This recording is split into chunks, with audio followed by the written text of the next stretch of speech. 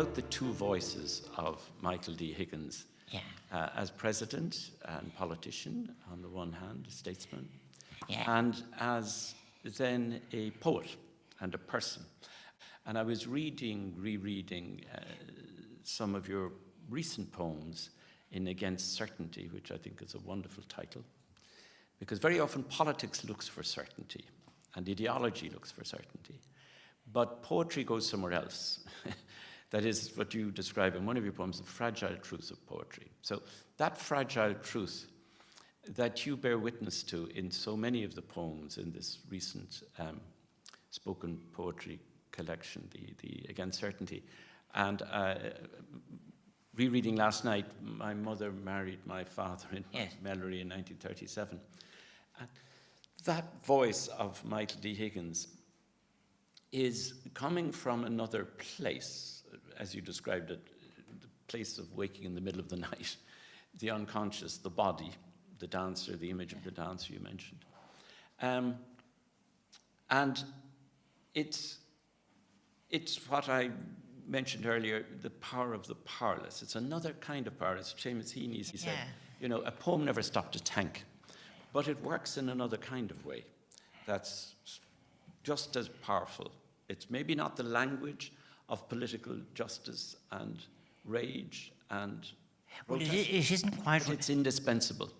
The profile of alternatives is there, and I recognize it, and I pay tribute to it.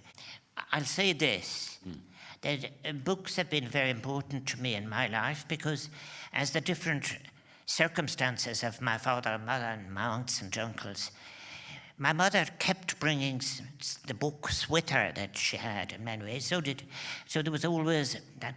But I don't think, and it is true of my brother and my sisters as well, is the way that we were in our different exclusions too, dealing with. If you acquired an interesting piece, you wanted to share it. And that is the difference in a way between the kind of politics, the idea as well. Sabina and I, for example, must have addressed thousands of meetings in different places, but not just for party politics, but for all of the protests or whatever. And the idea is why I wrote in my poem in tribute to Mary McPartland of Saturdays Made Holy. And that is the difference between some. So have you access? Well, have you got this app or have you? That's the difference. What I do think is that what the world now needs is courage and commitment to take a stand against what is unfortunately using wrongly the tools and resources of science and technology in a way that endangers the planet and future generations. But more importantly, I will say about those things, marching behind, as I did in the poem about Mary, in honor of Mary McPartland, when I said, I think as well, what do all of us looking back then?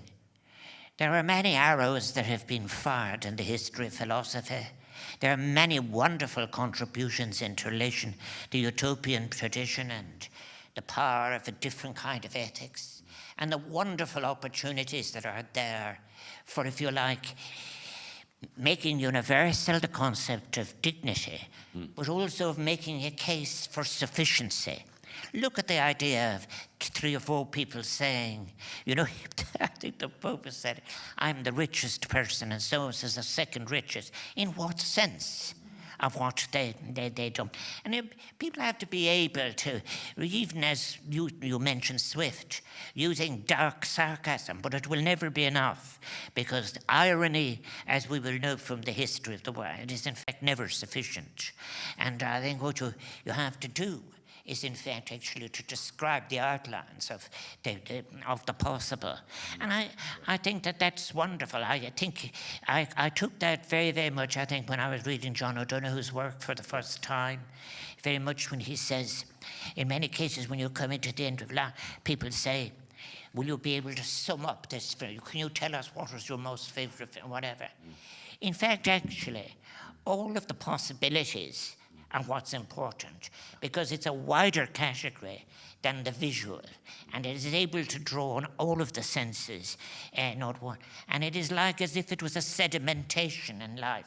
So in a person, the recovery of a life is not the recovery of what can be spoken about or what can be recovered as what was seen, but most important, what was envisaged as possibility. And that is so much better than vague notions of false hope. Wonderful.